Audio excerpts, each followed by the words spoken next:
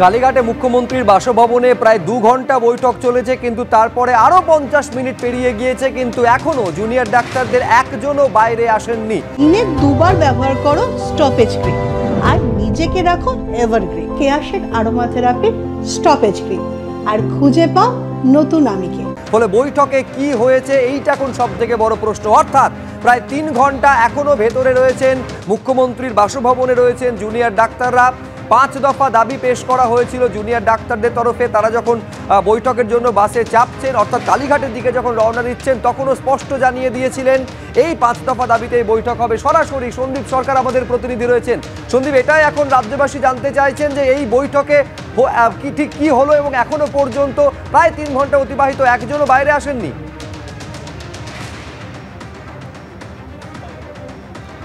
এখনো কেউ বাইরে আসেননি।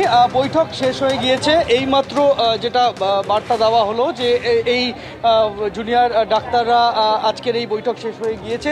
মুখ্যমন্ত্রী মমতা বন্দ্যোপাধ্যায় তিনি সাংবাদিক বৈঠক করবেন এবং সেই সাংবাদিক বৈঠক আর কিছুক্ষণ পরে শুরু হবে, সেরকমটা জানানো হলো।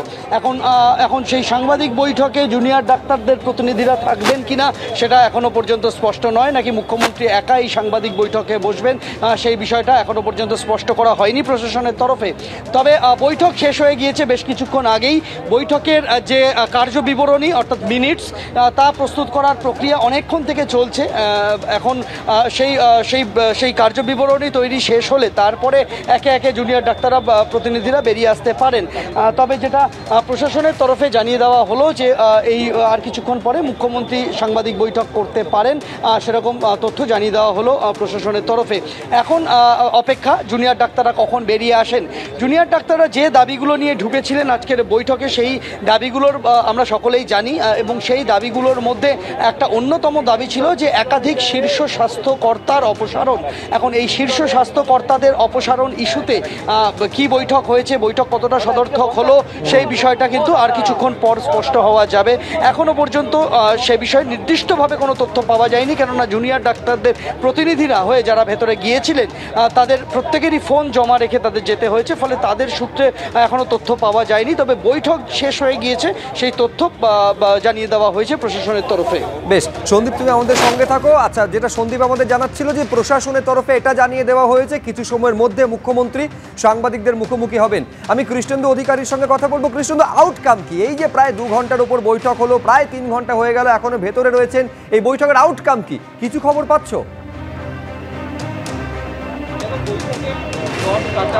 দেখো, প্রাথমিকভাবে যেটা জানা যাচ্ছে বৈঠকটা শেষ হয়ে গেছে অনেকক্ষণ আগে, কিন্তু মিনিটস লেখার কাজ চলছে।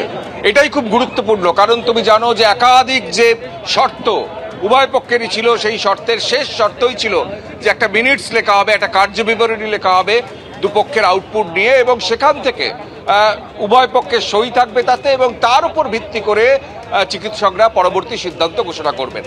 এবং সরকার সেক্ষেত্রে এখন আমাদের কাছে যেটা কৌতূহল এবং প্রশ্ন, সেটা এখনো পর্যন্ত স্পষ্ট নয় যে চিকিৎসকদের যে দাবি ছিল সরকার কি তাতে মান্যতা দিল। এখনো পর্যন্ত সেই কার্যবিবরণী লেখার কাজ চলছে।